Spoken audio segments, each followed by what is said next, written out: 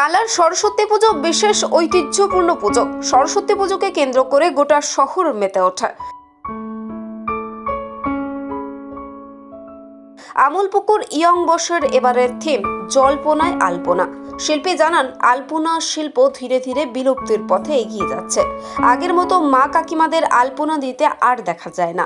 নতুন প্রজন্মের কাছে আলপনা শিল্পটিকে তুলে ধরার জন্য শিল্পীর এই ধরনের চিন্তাভাবনা।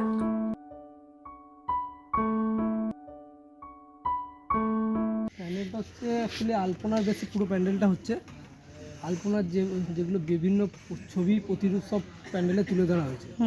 একটা আলপনার সিম্বল ডিজাইন, শুধু আলপনা বলতে যে আলপনা হয় সেই আলপনাটা এখানে তুলে ধরেনি, প্যান্ডেলের যে বিভিন্ন মেটেরিয়ালস আছে সেই দিয়ে আলপনাটা তুলে ধরা হয়েছে। এই চিন্তা ভাবনাটা কেন এলো? চিন্তা ভাবনাটা হচ্ছে আলপনা আগে আমরা দেখতাম মাটির বাড়িতে মায়েরা কাকিমারা সবাই আলপনা দিত, সেই আলপনাটা আস্তে আস্তে উঠেই যাচ্ছে, আর মাটির বাড়িও এখন দেখানো যাচ্ছে না। তার জন্য এই পুজোর প্যান্ডেলে তার জন্য এই আলপনার চিন্তাভাবনাটা নিয়েছি, ঐতিহ্যটাকে বজায় রাখার জন্য। আপনার নাম? আমার নাম সুমন সিং।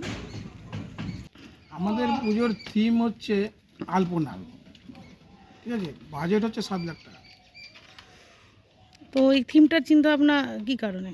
আলপনা হচ্ছে পুজোর থিমের, প্যান্ডেলের নাম থিমটা হচ্ছে আলপনা। আলপনা হচ্ছে আগে একটা আলপনার একটা রেয়াজ ছিল, সেই রেয়াজটা আস্তে আস্তে উঠে যাচ্ছে, সেইটা যাতে না মানুষ ভুলে যায় সেটা প্যান্ডেলের মাধ্যম দিয়ে ফুটিয়ে তোলার চেষ্টা করে। কালা থেকে রীতা ভট্টাচার্যের রিপোর্ট, সুন্দর বাংলা নিউজ।